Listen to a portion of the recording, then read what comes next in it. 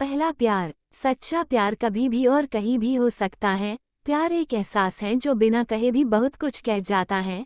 जब किसी को प्यार होता है तो वह यह नहीं सोचता कि इसका अंत का होगा।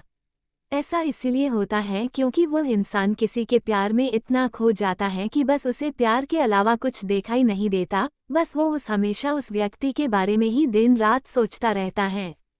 एक लड़का था, वो एक लड़की से बहुत प्यार करता था। वो उस लड़की के लिए कुछ भी करने को तैयार था, लेकिन दिक्कत ये थी कि लड़का बहुत गरीब घर से था जबकि लड़की बहुत अमीर थी। और दूसरी दिक्कत यह था कि लड़का अलग कास्ट का था, जिस वजह से दोनों के प्यार में बहुत कठिनाई आ रही थी। वो अजय उस लड़की से अक्सर पूछता था, तुम मेरे से शादी करोगी? रेनू जवाब देती है, मैं तुमसे ही शादी करना चाहती हूँ, पर मेरे घर वाले इस शादी के लिए कभी राजी नहीं होंगे और मैं भागकर शादी बिल्कुल भी नहीं करूँगी। यह समाज बहुत बुरा है, हमें जीने नहीं देगा और रोज रोज हमें नई नई ताने देगी, जो कि हमसे सहन नहीं होगा। तब अजय कहता है, ठीक है, जब मैं अपने पैरों पे खड़ा हूँगा तो तुम्हारे पापा से तुम्हारा हाथ मांगूंगा। रेनू हंसते हुए कहती है, शादी में क्या रखा है? क्या शादी बाद तुम्हारे लिए मेरे दिल में प्यार कम हो जाएगा? यह सुनकर लड़का सोच में पड़ जाता है, फिर हंसते हुए कहता है, क्या तुम शादी बाद मुझको भूल जाएगी? इस पर रेनू कहती है, ऐसा कभी नहीं होगा, मेरी सांसें रुक सकती हैं लेकिन तुम्हारे लिए मेरा प्यार कभी कम नहीं होगा।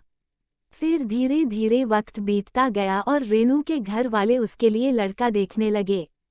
जब लड़का को यह बात पता चला तो वह पागल सा हो गया। वह जिससे वह बहुत प्यार करता था, उस लड़की के लिए अपने दिल में नफरत भर लिया।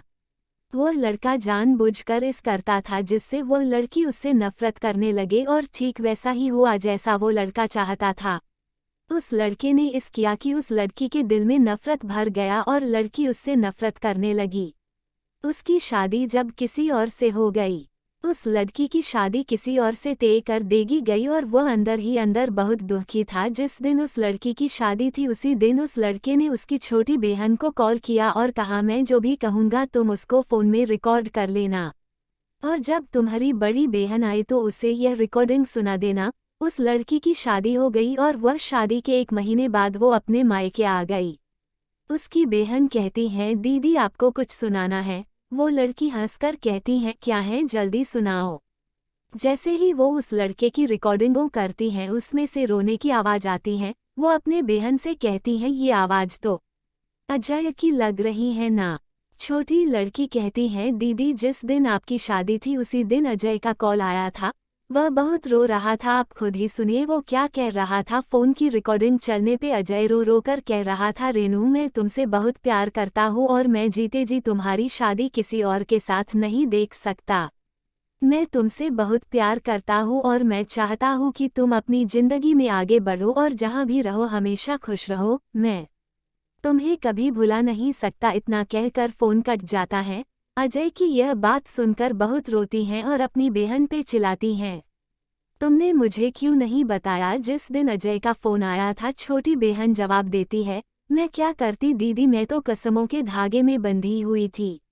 वो अपनी बहन को उसी नंबर पे फ़ोन लगने को कहती हैं जिस पे अजय का फ़ोन आ हुआ था। छोटी बहन पूछती है, क्यों दीदी? वो अपने बहन को जोर से डांट देती है। छोटी बहन अजय को फ़ोन लगाती है। दूसरी तरफ फ़ोन उठता है। हेलो हेलो आंटी जी, अजय कहाँ है? अजय की माँ रोने लगती हैं और कहती है कि अब अजय इस दुनिया में नहीं रहा। वो यह सब सुनकर चौंक जाती हैं और पूछती हैं, यह कब हुआ और कैसे हुआ? पता नहीं कैसे अजय ने अपने आप को जिंदगी से दूर कर लिया, कसम खा ली कि किसी से भी शादी नहीं करेगा। छोटी बहन, आंटी कब की बात है? अजय की माँ ने कहा, यह 19 मार्च की बात है बेटा। यह सब सुनकर वो लड़की फ़ोन काट देती हैं। वो सारी बात अपनी बड़ी बहन को बता देती हैं और कहती है, मैंने अजय की बातों पे भरोसा क्यों नहीं किया? मेरा अजय आज मेरे से दूर नहीं होता। अगर मैं उसके बातों पे भरोसा कर लेती तो। प्यार तो कभी भी हो सकता है लेकिन सच्चा प्यार बहुत मुश्किल से मिलता है। लोग दोस्त को जिंदगी समझते हैं और प्यार को अपना जीवन, जिसके सहारे वो अपने पूरे जिंदगी को अपने प्यार को नाम कर देते हैं। ये प्यार दुनिया का वो वायरस है जो कभी भी कुछ भी कर सकता है। इसीलिए प्यार ऐसे इंसान से करो जो तुम्हारे फीलिंग को समझे और उसका कदर करे। व्यूज़र, आपको कहानी कैसी लगी हमें आप अपने कमेंट के माध्यम से बता सकते हैं। ऐसे ही मज़ेदार और दर्द भरी कहानी सुनने के लिए हमें सब्सक्राइब करें और कमेंट करें।